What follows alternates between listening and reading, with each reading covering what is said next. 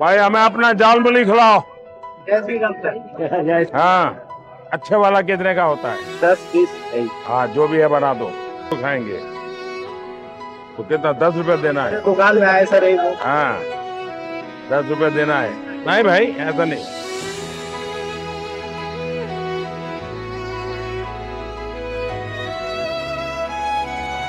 बढ़िया बनाओ। हाँ? आप ऐसा खाते हो?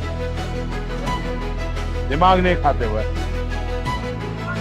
हम तो ये आपका पुरानी चीजें खाने आए हैं। हाँ, अरे यही खाएंगे। हाँ? हाँ, जाल ज्यादा है, कोई बात नहीं, ज्यादा है तो ज्यादा खाएंगे।